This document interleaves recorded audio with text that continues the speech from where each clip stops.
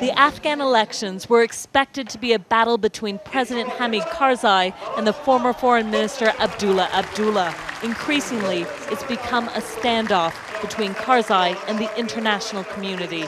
Back on election day, U.S. officials called the Afghan vote a success in the face of Taliban intimidation. But now it's becoming an embarrassment as evidence of mass voter fraud mounts. International monitors are calling for a recount and have already asked for nearly 30,000 votes to be examined, with many more expected. We went to see election officials counting the vote. They assured us they had already set aside thousands of questionable ballots, putting them in a locked quarantine room. But when we looked inside, we found nothing. Empty. Yeah, nothing is here. How come it says quarantine boxes and there's But nothing still we don't here? have here. Did you ever have quarantine boxes in here? Yeah, but we submit them, I think, on the next building.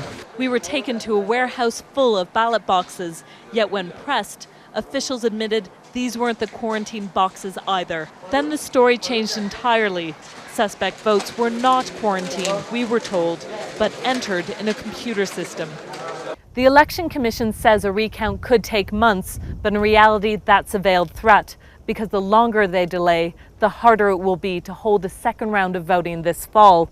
Security is an issue, but the bigger problem is the weather. Soon, large parts of this mountainous country will be cut off by snow, forcing a second vote further into the spring. That would leave the country without a legitimate leader for nearly a year and jeopardize the U.S. mission here. While we are talking about this political crisis in Afghanistan, Al-Qaeda in the Taliban leadership are still active.